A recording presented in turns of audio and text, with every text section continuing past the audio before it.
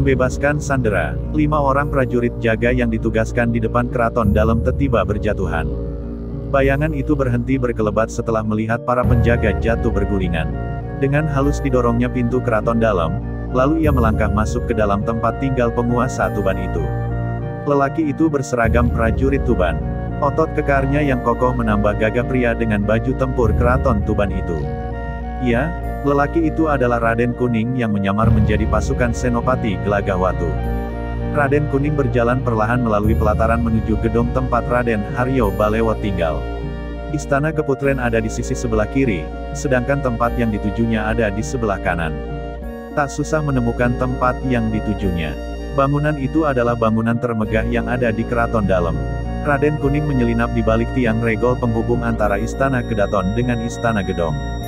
Dilihatnya ada 15 prajurit berjaga di dua sisi istana. Raden Kuning memungut kerikil yang ada di tanaman bunga di dalam regol dan menyambitkannya ke arah prajurit jaga. Tak ayal, kerikil yang kecil itu berubah menjadi senjata melumpuhkan ketika berada di tangan prajurit pilih tanding itu. 10 orang prajurit terpental dan 5 lainnya juga mengalami nasib serupa sebelum mereka sempat menyadari jika ada musuh menyelinap. 15 orang prajurit pendukung Pangeran Sentapa itu rebah dalam keadaan tertotok kerikil yang mengenai tubuh mereka. Pintu ukiran kayu jati Istana Gedong itu menderit pelan, ketika Raden Kuning membukanya dari luar. Dengan cepat ia menyelinap ke dalam dan menemukan Raden Haryo Balewot beserta Raden Ayu di tempat peraduan. Ia bergegas menghampiri tempat pribadi Adipati Tuban itu dan membangunkan mereka. "Assalamualaikum. Mohon maaf Kanjeng Gusti dan Kanjeng Gusti Ayu. Hamba Raden Kuning datang untuk memastikan Yang Mulia berdua dalam keadaan aman." "Ai, engkaukah itu, anakku? Lama sekali engkau berada di perantauan. Ayo, Ratu Ayu, kita bangunkan semua kerabat keraton. Kita harus bergegas, aku khawatir jika pria bersorban itu mengetahui kita melarikan diri, Raden Kuning nanti tak kuat menahan gempurannya." Dengan bergegas, Adipati Tuban itu melompat dari peraduannya dan segera keluar istananya. Keduanya membangunkan seluruh kerabat dekat keraton yang berada di Keputren dan Istana Gedong. Mata Raden Kuning menelisik para putri yang keluar dari Keputren, tetapi ia tak berhasil menemukan apa yang ia cari. "Mohon maaf atas kelancangan saya, Kanjeng Ratu Ayu. Hamba tidak melihat Putri Retno Wulan di antara para putri dari Keputren itu. Di manakah gerangan beliau, Kanjeng Ratu?" Raden Kuning akhirnya tak mampu menahan penasarannya. "Ya, memang Putri Wuwu tidak berada di Keputren. Ia saat ini dijaga oleh puluhan prajurit Sentapa di tempat yang tak kami ketahui. Hal itu mengingat Sentapa ingin naik ke Prabon dengan menikahi tunanganmu itu, anakku. Yakin saja, Sentapa tidak akan melukainya mengingat ia membutuhkan Wuwu sebagai alatnya untuk naik tahta Tuban." "Enji Kanjeng Ratu, saya hanya khawatir ia dalam keadaan bahaya. Tetapi jika memang seperti itu keadaannya, legalah hati hamba." Raden Kuning tak lagi bertanya. Adipaten Haryo Balewot kemudian memimpin pengungsian. Ia membawa mereka berjalan melalui regol yang menuju pelataran belakang keraton. Sepintas, jalan yang akan mereka lalui terhenti di depan sebuah tembok tinggi yang di belakangnya terdapat jurang menganga. Tetapi Raden Balewot memukul sebuah pilar yang ditumbuhi tanaman menjalar. Tiba-tiba dinding pembatas itu terbuka dan menampilkan sebuah jalan rahasia. "Ayo, kalian semua ikuti aku. Kita akan menggunakan lorong rahasia ini agar dapat keluar dari keraton," perintah Raden Balewot. Mereka kemudian masuk ke dalam lorong rahasia yang berkelak-kelok dan curam. Dengan bergegas mereka menuruni lorong rahasia hingga akhirnya tiba di sisi utara keraton. Lorong rahasia itu menghubungkan pesanggrahan tempat Raden Balewot berburu di hutan sebelah utara. Pesanggrahan itu memang telah dirancang sebagai tempat untuk pelarian karena di sana telah siap abdi dalam keraton berikut kereta kudanya. "Mohon izin Yang Mulia, lebih baik jika Yang Mulia beserta rombongan mengungsi di kapal jung kami yang sandar di sisi timur pantai Tuban. Di sana telah menunggu Pangeran Sekar Tanjung. Ayo, ikuti aku." Raden Kuning tak lagi meminta persetujuan Raden Balewot. Kudanya dipacu menuju tempat pengungsian.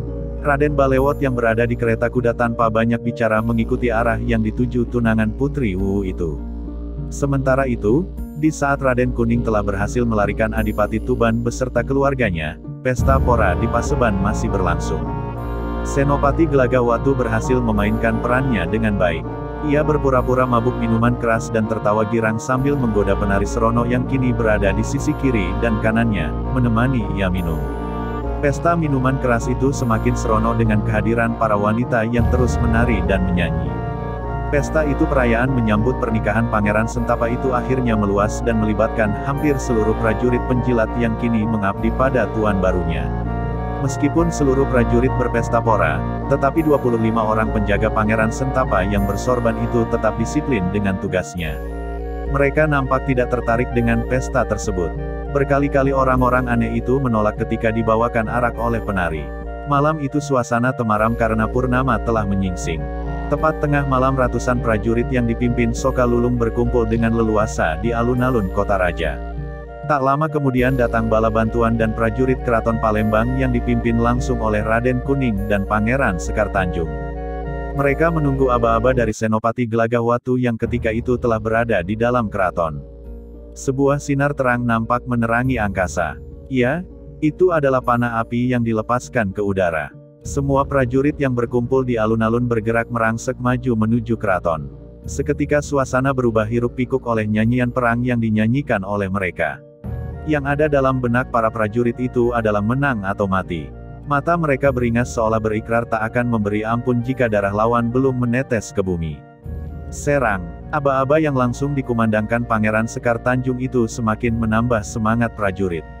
Para prajurit Sentapa yang tengah berpesta pora tak menyangka jika akan mendapat serangan dadakan. Mereka kocar-kacir tak tentu arah. Dengan mudah mereka dapat ditundukkan oleh pasukan setia Adipati Raden Haryo Balewot. Pasukan Gelagahwatu yang memukul dari dalam, juga semakin membuat lawan kalang kabut. Tetapi, suasana kemenangan yang telah di depan mata itu berubah 180 derajat ketika muncul 25 orang bersorban yang dipimpin langsung oleh orang yang disebut sebagai Empu Bengawan Sanca. Dengan kemarahan yang meluap ia memerintahkan murid-muridnya untuk membentuk barisan sanca. 25 orang bersorban itu melangkah maju dan menghadang keberingasan pasukan Soka Lulung. Gerakannya aneh, patah-patah. Tubuh mereka kaku seperti kayu. Yang mengejutkan bahwa senjata prajurit Soka Lulung yang mampir ke tubuh mereka seperti memukul dinding kayu yang alot. Mereka kebal senjata. Cepat kalian mundur. Gelagahwatu, Soka Lulung, cepat engkau atur prajurit yang memiliki kepandaian untuk membantu aku memecahkan pertahanan pria-pria aneh ini. Pangeran Sekar Tanjung segera melompat ke depan dan berhadap-hadapan dengan pria bersorban. Pertarungan di arena. Pertempuran itu berubah menjadi ajang adu kesaktian. Para prajurit Soka Lulung yang telah berhasil melucuti senjata musuh menonton pertarungan maut hidup dan mati antara pewaris tahta Tuban dengan 25 orang bersorban yang mendukung pemberontakan Sentapa. Awalnya pertarungan itu berlangsung sengit, tetapi ketika Raden Kuning ikut terjun ke arena pertarungan, perlahan tapi pasti pasukan bersorban itu mulai keteter. 2 orang pria bersorban terpental karena terkena tendangan Raden Kuning. Kemudian disusul oleh yang lainnya. Di saat itulah, Empu Bengawan Sanca yang semula hanya menonton dari kejauhan melompat ke gelanggang. Kinaram, Kinaram, kalian jangan menjual kepandaian di depanku. Berilah tuan besarmu ini penghormatan. Suara itu terdengar menghipnotis mereka. Soka Lulung langsung merespon perintah itu dengan menundukkan badannya memberi hormat. Selanjutnya, hal yang sama dilakukan Gelagahwatu. Pangeran Sekar Tanjung nampak bergetar tubuhnya. Kelihatan sekali jika ia tengah menguasai batinnya agar menolak pengaruh orang asing itu. Lawan pengaruhnya, Pangeran. Orang ini berupaya melumpuhkan kita dengan sihirnya. Raden Kuning berteriak kencang. Akibat pengaruh suaranya, seketika mereka tersadar. Empu Bengawan Sanca mendorong kedua tangannya ke depan dan seketika berhembus hawa dingin menusuk tulang. Kinaram Gangga. Empu Bengawan Sanca melempar jurusnya. Aradia Cupat. Raden Kuning berseru kaget.